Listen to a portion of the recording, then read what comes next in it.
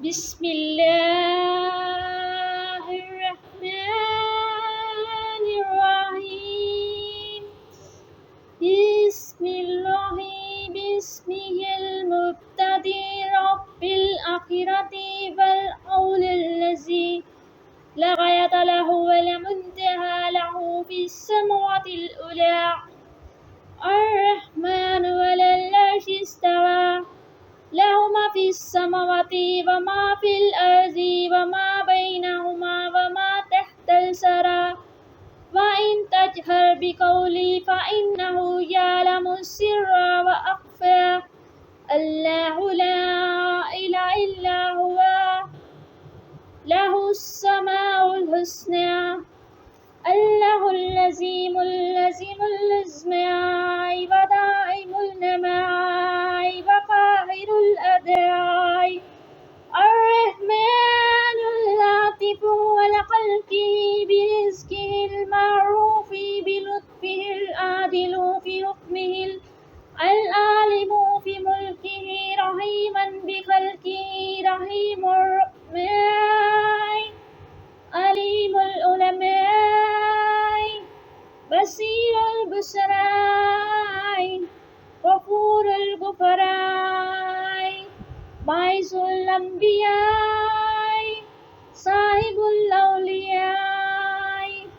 سبحانه قادر على ما يشاء قدير سبحانه الملك الحميد ذي العرش المجيد فعال لما يريد رب الأرباب ومسبب الأسباب وسابق الأسباق ورازق الأرزاق وخالق الخلائق وقادر المقدور وقاهر المقهور وعادل في يوم الحشر والنشور إله الآلهات جامع الناس يوم الواقيات ربنا غفور رحيم حليم شكور أول القديم الخالق العرش العظيم والسماوات والأرضين وهو السميع العليم قابل التوبات شكور حليم غفور رحيم والحمد لله رب العرش العظيم هو أول والآخر والظاهر والباطن والداعي والرزاق للخلائق والبهائم صاحب العطايا ودافع البلايا من يشفي الشقيم ويغفر الكاتبين ويبوء النادمين ويعفو الظالمين ويحب الصالحين وينجي المغمومين وينذر المنذرين ويستر المذنبين ويؤمن الخائفين سبحانك لا إله إلا أنت كريم المعبود كثير العطايا وغافر الخطايا يا ساتر الأيوب شكور رحيم علم ما في الصدور منبت الزروع والإشجار مدبر الليل والنهار خالق المحبوب خالق السماوات والأرض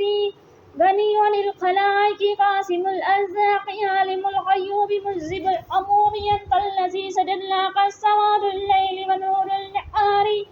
وزيع القمر وشواع الشمس ووادي المواء وخفيق الشجر إلهي أنت الذي ليس كمثل شيء وهو على كل شيء قدير